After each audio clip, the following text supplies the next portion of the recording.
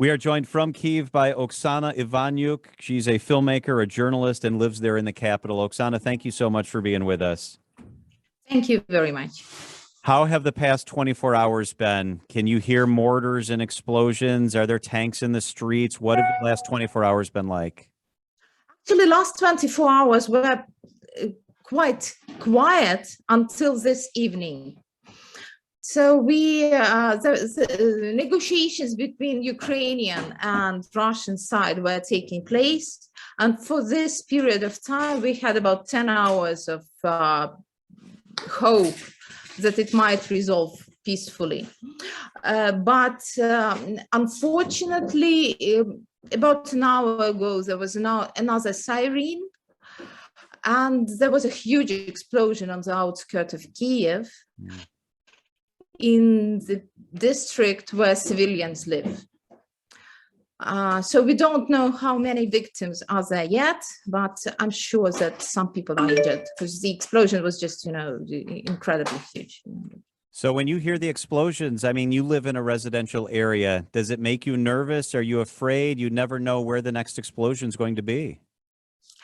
Yes, but, it's not, it's not the matter of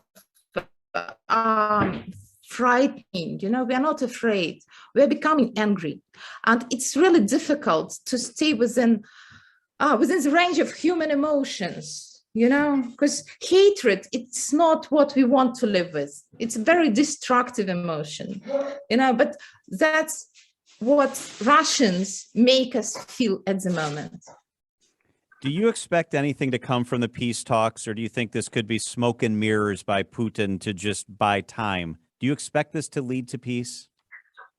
Not really, because, I don't think that there might be a peaceful solution at the moment. So my hope would be that they will agree on things like, let's say, Putin take Crimea and Donbass and just stop bombing the rest of Ukraine.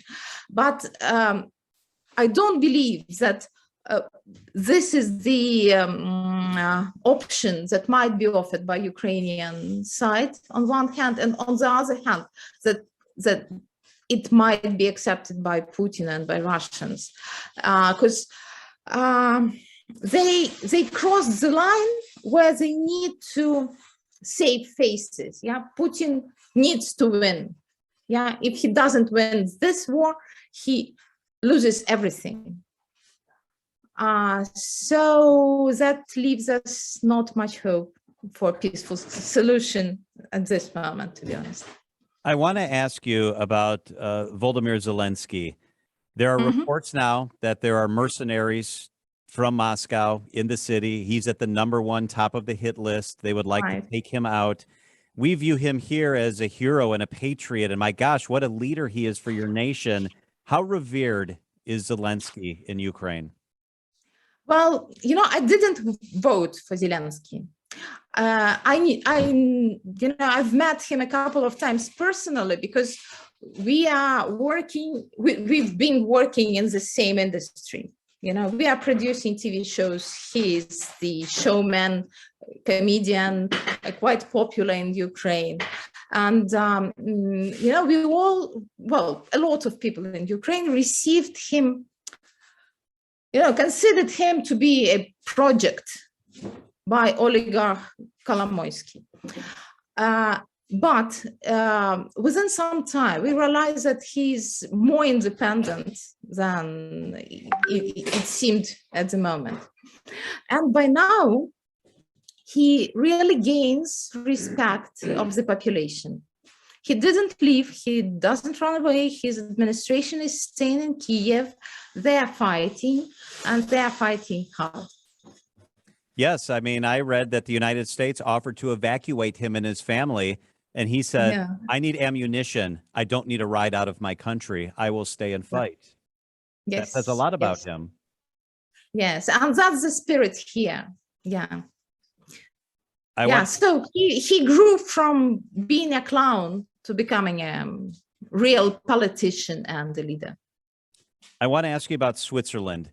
This struck me because Switzerland has historically stayed neutral. they are even sanctioning Russia. And in the past, when terrible things have happened in the world, Switzerland has still said, we do not want to be involved. But now they are saying the situation is so bad, Russia is so in the wrong, that they will participate in the sanctions. Do you feel the world is coming together to support you?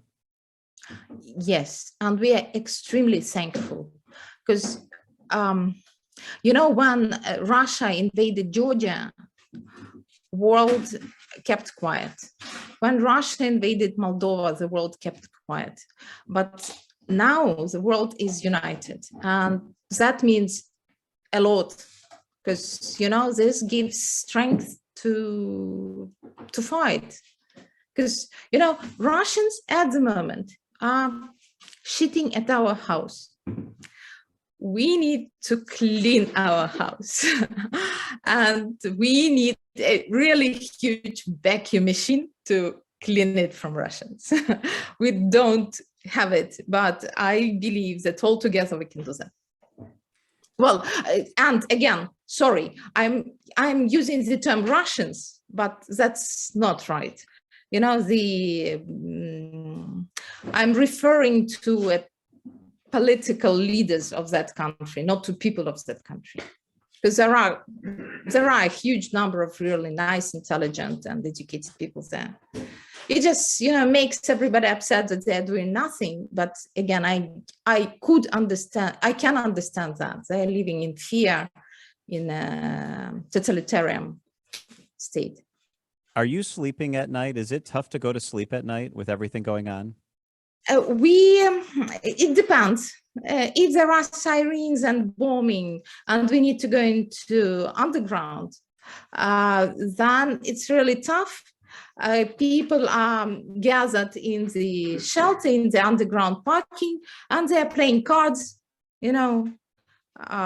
chatting, and we don't really sleep. But time to time, we have a chance to stay at home and have a couple of hours of sleep. Are you committed to staying? If it gets really bad, will you leave? I will not leave, no. And definitely, I will definitely not leave Kyiv. And, I have a very close friend of us. He's the director, a prominent Ukrainian director, Miroslav Latik. He took his family. He drove them to Bolehiv, to the very western part of Ukraine. And then he drove back. And, there are huge problems with petrol. Some bridges were already bombed on his way back. But still, he came to Kyiv to join troops here. And here, I'll show you. He arrived here. He cannot cross the river to get to his apartment. So he's staying with us. That's my husband, Oleg. And Miroslav, I'll just introduce you. Yeah. Hello. Hi. Hi. Hi. Hello. Hi. Hello. So Wow. Miroslav came back to Kyiv to join defense of the city. That's amazing. That is amazing bravery. That's amazing commitment. That's remarkable. I give you so much credit. You are so brave in the United States. We never think about this. We take for granted that this will never happen to us. And for you to live in a world where this is the reality, you are so brave. Well, it's the same with us. We didn't expect to find ourselves in this situation. It's just crazy.